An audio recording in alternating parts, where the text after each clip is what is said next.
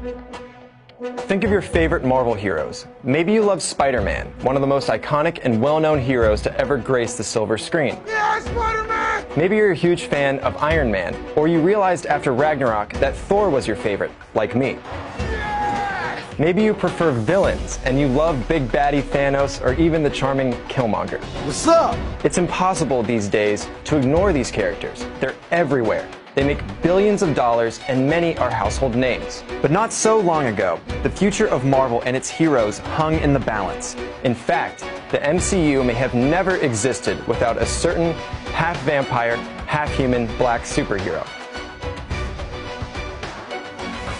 Yes, I am talking about Blade, the Daywalker, every vampire's worst nightmare, and star of the first successful movie that Marvel ever made. It's entirely possible that, like me, you didn't even realize he was a Marvel character. The R-rated feature was dark, gritty, stylish, and a ton of fun. It defined lead actor Wesley Snipes' career. Blade went from being a relatively unknown Marvel C-lister to surprising everyone when he made $131 million at the box office on just a $45 million budget. The movie spawned a trilogy that went on to earn a combined $415 million.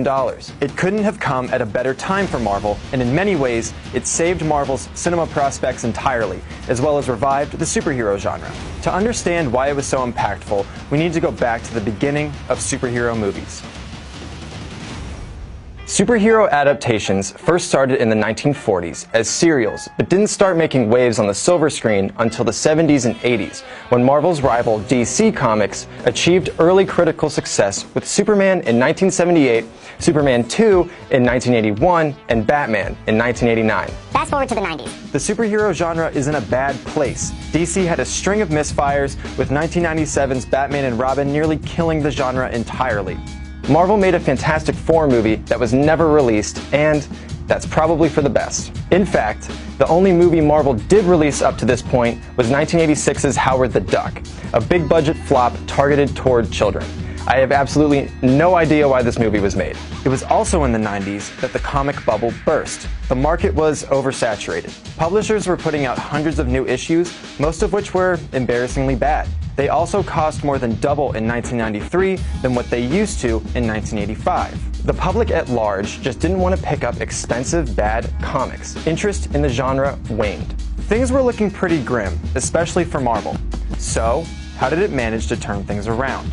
In 1993, Marvel assumed partial ownership of Toy Biz, which would receive exclusive rights to producing Marvel toys. That's when Toy Biz designer Avi Arad came in to guide Marvel Films, the company's restructured film studio. He was ambitious and, most importantly, saw the potential in superhero films. By the end of 1993, he licensed the X-Men out to 20th Century Fox. But, despite Arad's best efforts, Marvel declared bankruptcy on December 27, 1996.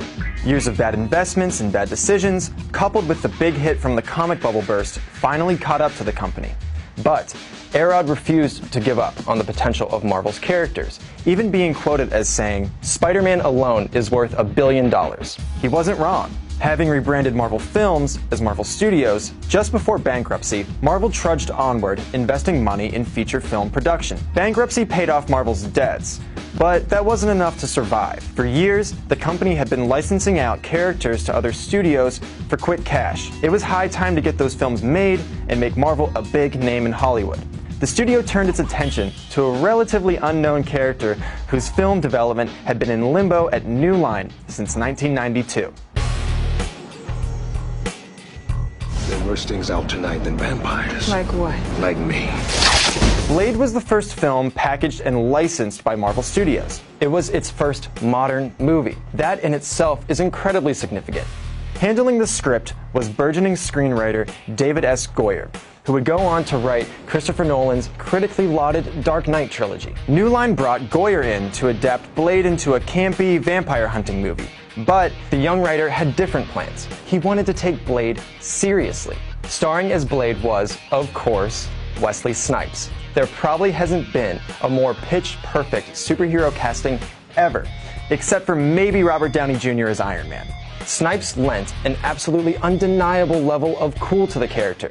He took the character so seriously that you had no choice but to as well. Not to mention the fact that Snipes himself is an incredible martial artist who choreographed all of the film's fight scenes. Goyer and director Stephen Norrington made the decision to age up the film to appeal to adult comic fans. This wasn't a cute movie. It hit hard. It was seedy, grimy, gory, and, most importantly, grounded in a way that no superhero film had been before. Meanwhile, they efficiently established the inner workings of Blade's world, in which a hidden society of vampires pull all the strings from behind the scenes. It's a rich world, parallel to ours, similar enough to remind us of the world we inhabit, but full of otherworldly concepts in which the audience could lose itself. It was this kind of world building that would lend a significant amount of relatability to films like The Dark Knight and The Avengers. That world soon unveils an impressive roster of incredible supporting characters, from Blade's grizzled mentor Whistler, played by Chris Christopherson, to Stephen Dorff's sly Deacon Frost, a villainous vampire looking to upend the ancient vampire establishment and eliminate Blade, to Dr. Karen Jensen, a courageous hematologist portrayed by N'Bushe Wright, who saves Blade's life multiple times throughout the film. It had so many things going for it, so many pieces perfectly shifting into place. When Blade opened on August 21st, 1998, it made $131 million globally. Though it wasn't exactly critically acclaimed, it quickly became a cult classic. It was an oh moment for Marvel. The studio had finally scored its first hit. Here's the thing. Marvel only made about $25,000 off of Blade's box office returns. So, it would be entirely incorrect to say that the Daywalker saved the company financially. Instead, Blade was more of a moral victory for Marvel, finally establishing it as a rising force in Hollywood. It demonstrated that audiences could be drawn towards Marvel's C-list characters. Just imagine what could happen if Marvel made a movie about an A-lister. In 1999, 1 year after Blade's release, Marvel sold the rights for Spider-Man to Sony. A year after that, in 2000, X-Men made its way out of development purgatory. It made almost $300 million at the international box office in 2000, but perhaps without the success of Blade, it would have remained in limbo for longer or forever. In 2002, Spider-Man, starring Tobey Maguire and directed by Sam Raimi, was released to critical acclaim and even larger box office numbers, over $800 million. Marvel was witnessing a stark upward trend, and it all began with Blade. But still, Marvel wasn't exactly profiting off of the successes of these films. $25,000 from Blade, nothing from X-Men due to a flat fee negotiation, and only about $62 million from the first two Spider-Man movies. A decent chunk of money, but it was chump change when you consider those two movies made over $3 billion. In 2003, a talent agent named David Maisel flew to Florida to have lunch with a Marvel executive, and he pitched a relatively simple but ground-shaking idea. Make the movies yourself and retain 100% of the profits. It was a few years later that the Marvel Studios we know and love today began to operate in earnest as an in-house production studio. When Iron Man was released in 2008, it was a smashing success, making about $600 million globally. After decades of bad decisions, bad luck, and finally, a stroke of success, starting with Blade, the door to the MCU finally opened. So, aside from being Marvel's first successful film, how do we qualify Blade's legacy on the MCU and the superhero genre? The most obvious example is probably in Blade's world building, which we've already highlighted in this video. For Blade, Goyer dreamt up a compelling and at times totally bonkers world that ran parallel to ours. Nearly every film in the MCU, even the most literal spaced out ones like Guardians of the Galaxy, relied on this approach to deliver a sense of relatability to the audience. You're from Earth. I'm from Earth, I'm from Missouri. Yeah, that's on Earth, dude. Even X-Men, which followed Blade and is often considered to be the film that ushered in the modern era of superhero movies, took that page out of Blade's book. Blade also showed, more generally, that comics told genuinely great stories, and that if approached with some degree of relatability, a film about a vampire-slaying half-vampire could absolutely function as a summer blockbuster. In terms of casting, Blade was revolutionary in that Blade himself was tailored to fit Snipes' persona and strengths, not the other way around.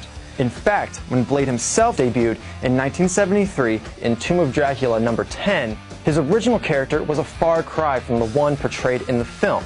Wesley Snipes is Blade, much in the same way that Robert Downey Jr. is Iron Man. The way that writers approach both characters has forever been changed by the way both actors molded the character around themselves. And we would be remiss to overlook Blade's role and representation on screen for black actors. When Black Panther was released in 2018, it was lauded, rightfully so, for its nearly all-black cast and crew.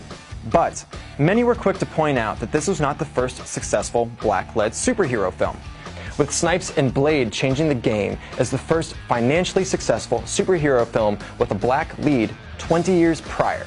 And again, we cannot overlook the fact that Dr. Karen Jensen was not exactly a love interest for Blade, but an independent black woman who saved Blade from certain death multiple times. She, maybe even more so than Blade, was ahead of her time. Blade also proved, long before Deadpool, that R-rated comic book movies could make serious bank at the box office. Fun fact, Ryan Reynolds plays a significant role in Blade Trinity, but apparently didn't get along with Snipes, or rather Blade, on set, having been quoted as saying, "I've never met Wesley Snipes, I've only met Blade." Who wouldn't want to meet Blade? Came back to finish you off. Get out of my way, you freak! I would. While I was making this video, it occurred to me that Marvel's entire film catalog could be thought of as a house. Imagine a house. Think of all of Marvel's movies as a part of the house. All houses need walls and a roof. Those can be X-Men and Spider-Man, respectively. Perhaps the door to the house is Iron Man. Inside the house, the first Avengers movie is the pricey couch and chair set. The Guardians of the Galaxy is the weird vase on the mantle. The basement is full of weird things, like the second Thor movie and Avengers Age of Ultron. The sleek new Lexus in the garage is Black Panther. But every house begins with a foundation. That foundation is Blade. It's not the first thing people notice about a house. Most people wouldn't notice it at all, but it's there, doing its job, making sure the walls don't fall, that the roof stays attached, and all of your pretty things inside stay safe. Take away the foundation and the whole structure falls. Without the foundation established by Blade, it is entirely possible that Marvel may have never found its footing or the guts it needed to turn its bankruptcy into billions. So, what do you think? Do you agree with me or not? Do you want to see Blade slice his way into the MCU? Let us know in the comments below.